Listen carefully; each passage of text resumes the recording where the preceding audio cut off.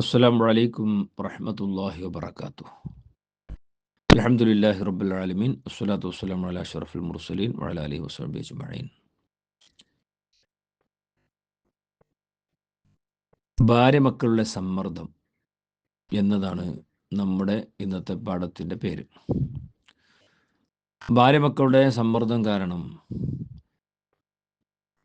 കൂട്ടുകുടുംബാദികളുടെ നിർബന്ധം കാരണം പലപ്പോഴും ദീനിൻ്റെ കാര്യത്തെ ശ്രദ്ധിക്കാതെ, ഹറാമും ഹലാലും ചിന്തിക്കാതെ മോശപ്പെട്ട വഴിയിൽ സഞ്ചരിക്കേണ്ടി വരികയും അതുവഴി ദീനും ദുന്യാവിനെയും നഷ്ടപ്പെടുത്തേണ്ടി വരികയും ചെയ്യുന്നൊരു സാഹചര്യം ആഖിർ സമാനിൽ വന്നു ചേരും എന്നും അപ്പോൾ അതിൽ നിന്ന് രക്ഷപ്പെടാനുള്ള മാർഗം എന്താണെന്നുമാണ് നബിയുനാ റസൂലുള്ളാഹി സ്വല്ലല്ലാഹു അലൈഹി വസല്ലമ തങ്ങൾ പഠിപ്പിക്കുന്നത്. ആ ഹദീസ് ഇങ്ങനെ വായിക്കാം. അൻ അബീ ഹുറൈറത്ത റളിയല്ലാഹു അൻഹു, ബഹുമാനമുള്ള അബൂ ഹുറൈറ എന്ന ഓമനപ്പേരുള്ള പ്രമുഖ സ്വഹാബി വര്യൻ നമുക്ക് ഉദ്ധരിച്ചു തരികയാണ്. ഖാല റസൂലുള്ളാഹി സ്വല്ലല്ലാഹു അലൈഹി വസല്ലം, നബി സ്വല്ലല്ലാഹു അലൈഹി വസല്ലമ തങ്ങൾ പറഞ്ഞു, യഅതി അലന്നാസി സമാനുൻ, ജനങ്ങളുടെ മേലിൽ ഒരു മോശപ്പെട്ട കാലം വരും. മനഃപൂർവ്വം വെച്ചതാണ് മോശം എന്നത്. സമാനുൻ എന്നതിന് സമയം എന്ന് മാത്രമാണ് അർത്ഥം. ചില സാഹചര്യങ്ങളിൽ ആ തൻവീനിന് വലിയ അർത്ഥമുണ്ടാകും. ശേഷമുള്ള വിഷയത്തിലേക്ക് നോക്കുമ്പോൾ അത് മോശപ്പെട്ടതാണെന്നോ മഹത്തമായതാണെന്നോ മനസ്സിലാക്കാൻ സാധിക്കും. ചില തൻവീനുകൾ മഹത്വത്തിൻ്റെ മേൽ അറിയിക്കുമെന്നും ചില തൻവീനുകൾ ഹക്കാറത്തിൻ്റെ മേൽ, ഹക്കാറത്ത് പറഞ്ഞാൽ നിസ്സാരത്തരം, അളമത്ത് പറഞ്ഞാലും തഴലീം എന്നൊക്കെ പറഞ്ഞാലും മഹത്വം. അപ്പോൾ സാഹചര്യത്തിൽ നിന്ന് മനസ്സിലാക്കിയെടുക്കണം എന്ന് മാത്രം. ഈ തൻവീനിൻ്റെ അർത്ഥമാണ് ഇവിടെ നിസ്സാരമായ, മോശമായ എന്നർത്ഥം വന്നത്. യഅതി അലന്നാസി സമാനുൻ, ജനങ്ങളുടെ മേൽ വളരെ മോശപ്പെട്ട നിസ്സാരമായ ഒരു ദിവസം, ഒരു കാലം വരും. എന്താണ് ആ കാലത്തിൻ്റെ പ്രത്യേകത? ലാ യസ്ലമു ലിദീ ദീനിൻ, ദീനുള്ളവന് രക്ഷപ്പെടുകയില്ല, ദീനുഹു, അവൻ്റെ ദീന്, ദീനുള്ളവൻ്റെ അവൻ്റെ ദീനുമായി നല്ല നിലയിൽ പോകാൻ സാധിക്കുകയില്ല. സ്വതമോദമുള്ളവന് തൻ്റെ ദീൻ രക്ഷപ്പെട്ടു കിട്ടാത്ത ഒരു കാലം വരാനുണ്ട് എന്നാണ് പറഞ്ഞത്. ഇല്ലാമൻ ഹറബ ബിദീനിഹി, അവൻ്റെ മതവുമായി, അതായത് അവൻ്റെ ദീനുമായി ഓടി രക്ഷപ്പെട്ടവനല്ലാതെ, മിൻ ഷാഹിഖിൻ ഇലാ ഷാഹിഖിൻ, പർവ്വത ശിഖരത്തിൽ നിന്ന് പർവ്വത ശിഖരത്തിലേക്ക്. ഷാഹിഖ് എന്ന് പറഞ്ഞാൽ പർവ്വതത്തിൻ്റെ ഏറ്റവും ഉയർന്ന മുകൾ ഭാഗത്തിനാണ് ഷാഹിഖ് എന്ന് പറയുന്നത്. അതിൻ്റെ ഓപ്പോസിറ്റ് പറയുന്ന പദമാണ് വാദി. ആ പദം ശ്രദ്ധിക്കണം. ശേഷം വരുന്ന പാഠങ്ങളിൽ ചില ഭാഗങ്ങൾ ആ പ്രയോഗമുണ്ട്, വാദി എന്ന്. വാദി പറഞ്ഞാൽ മലഞ്ചെരുവ്, അല്ലെങ്കിൽ മലയിൽ നിന്ന് പതിഞ്ഞു നിൽക്കുന്ന താഴ്ഭാഗം, അടിവാരം എന്നൊക്കെ വേണമെങ്കിൽ പറയാം. ഷാഹിഖ് പറഞ്ഞാൽ ഏറ്റവും ഉയർന്ന ഭാഗം.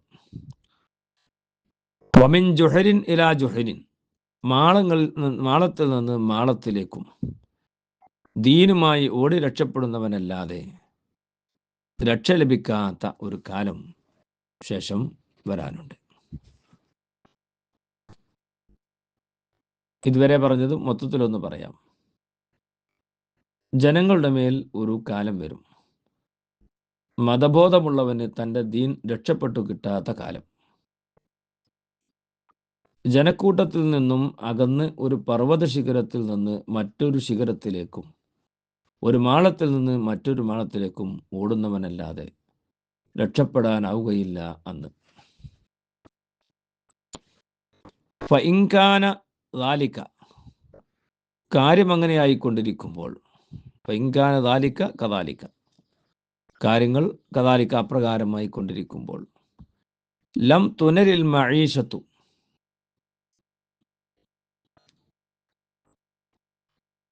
ജീവിക്കാനുള്ള വക എത്തിക്കപ്പെടുകയില്ല, ഇല്ലാ ബി സഖത്തില്ലാഹ്, അള്ളാഹുവിൻ്റെ കോപത്തോടു കൂടെയല്ലാതെ.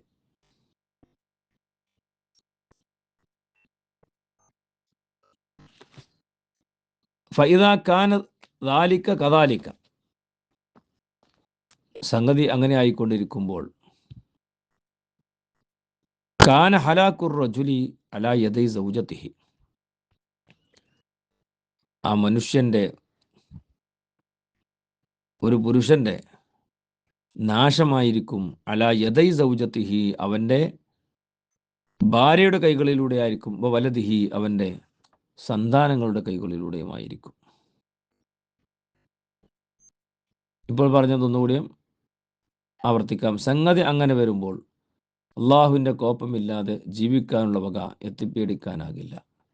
അങ്ങനെ വന്നാൽ ഒരാൾ നാശമടയുന്നത് തൻ്റെ സഹധർമ്മിണിയുടെയും മക്കളുടെയും കൈക്കായിരിക്കും.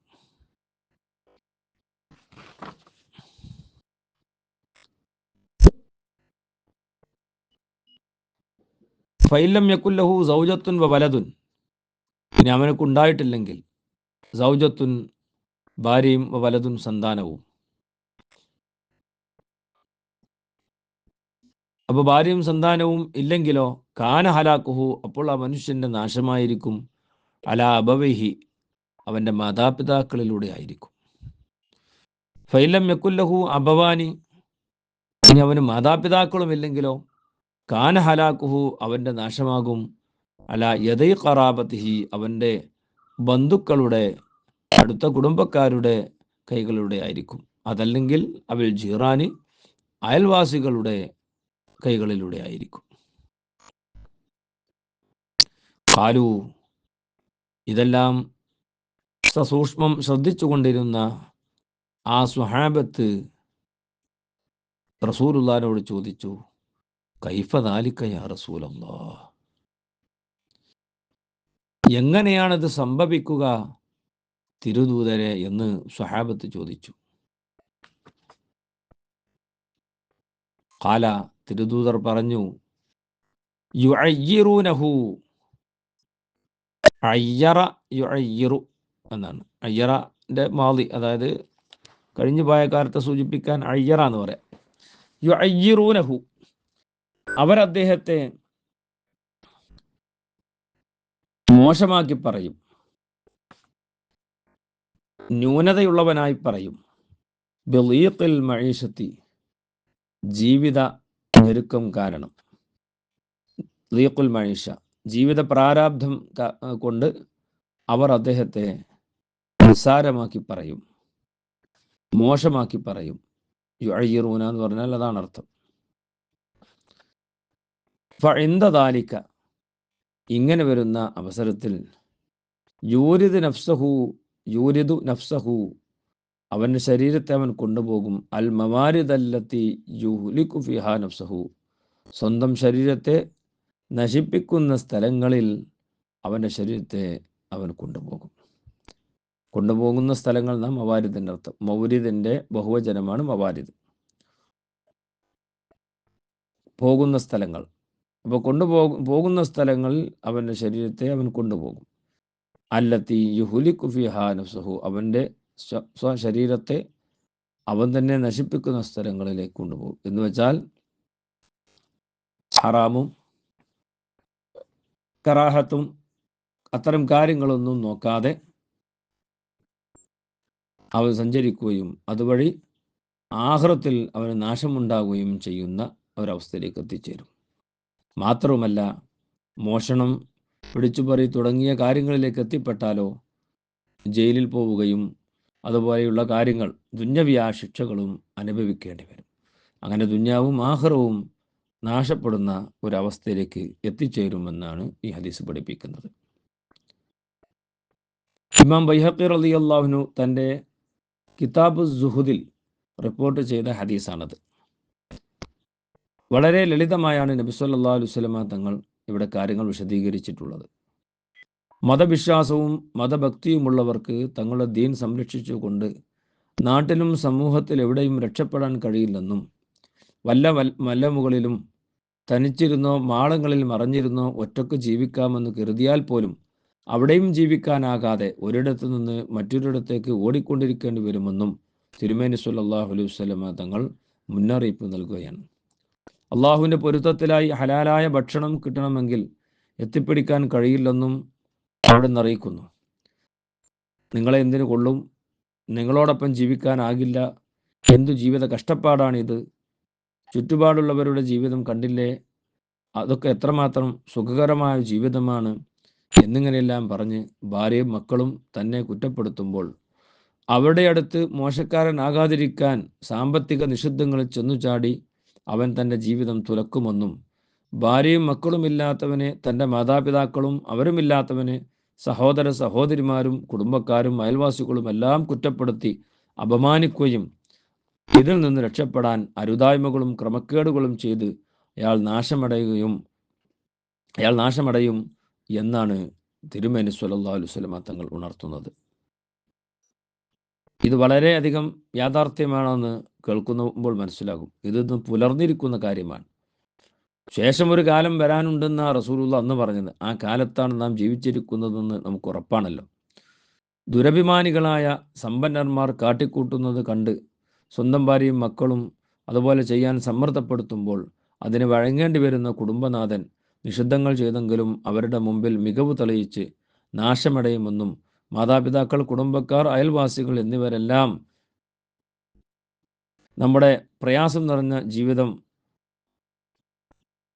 പറഞ്ഞുകൊണ്ട് കുറ്റപ്പെടുത്തി നമ്മെ അപകടത്തിൽ ചാടിക്കുമെന്നും നബി സല്ലല്ലാഹു അലൈഹി വസല്ലമ തങ്ങൾ മുന്നറിയിപ്പ് നൽകുകയാണ്. ഹദീസിൽ വന്ന അക്കാലം തന്നെയാണ് വർത്തമാനകാലമെന്ന് ആർക്കും വ്യക്തമാണ്.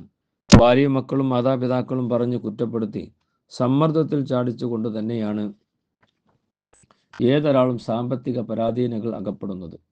ഭാരിച്ച കടബാധ്യതകളിലും ബാങ്ക് ലോണുകളിലും വായ്പകളിലും കുടുങ്ങിപ്പോകുന്നതും അവരുടെ താല്പര്യത്തിനൊത്ത് സുഖജീവിതവും സാമ്പത്തിക ചെലവുള്ള വിദ്യാഭ്യാസവും നൽകുന്നതൊക്കെ അതിനുവേണ്ടി തന്നെയാണ്. ഇതിൽ നിന്നെല്ലാം രക്ഷപ്പെടണമെങ്കിൽ വല്ല മലയിലോ ഗുഹയിലോ ഒഴിഞ്ഞെത്തണം, അല്ലാതെ രക്ഷയില്ല തന്നെ. അതല്ലെങ്കിൽ തൻ്റെ വരുമാനത്തെക്കുറിച്ച് ബോധത്തോടെ ജീവിത ചെലവുകൾ നിയന്ത്രിക്കുകയും ജീവിത ക്ലേശങ്ങൾ പറഞ്ഞ് ഭാര്യയും മക്കളും കുടുംബങ്ങളും പരിഭവപ്പെടുന്നതും കുറ്റപ്പെടുന്നതുമെല്ലാം അവഗണിച്ച് മുന്നോട്ട് അള്ളാഹുവിൽ തവക്കുലാക്കി പരിശുദ്ധമായ ദീനിൻ്റെ കാര്യങ്ങൾ മുറുകെ പിടിച്ച് ഹറാമും കറാഹത്തും മറ്റുള്ളവർ പറയുന്നതനുസരിച്ച് മാറ്റിമറിച്ച് ജീവിക്കയില്ലെന്ന് ഉറപ്പിച്ച് പരിശുദ്ധ ദീനനുസരിച്ച് ജീവിക്കുമെന്ന് തവക്കുലോടുകൂടെ ഉറപ്പിക്കാൻ സാധിക്കണം എന്നാണ് ഈ ഹദീസ് നമ്മെ പഠിപ്പിക്കുന്നത്. ഇത്തരം ഒരു സാഹചര്യങ്ങൾ വരുമ്പോൾ ആ തവക്കുലിൻ്റെ ബോധമുണ്ടാകാൻ വേണ്ടി ചൊല്ലാൻ അള്ളാഹുവിൻ്റെ റസൂലൊക്കെ നമ്മെ പഠിപ്പിച്ചിട്ടുള്ള പവിത്രമായ ദിക്റാണ് ഹസ്ബുനല്ലാഹു വ നിഅമൽ വക്കീൽ. ഇത് വർദ്ധിപ്പിച്ചാൽ തവക്കുലിൻ്റെ ബോധം നമുക്ക് വർദ്ധിക്കും. അള്ളാഹു സുബ്ഹാനഹു വ തആല ദീനനുസരിച്ച് ജീവിക്കാൻ തൗഫീഖ് നൽകി അനുഗ്രഹിക്കട്ടെ. അസ്സലാമു അലൈക്കും വറഹ്മത്തുള്ളാഹി.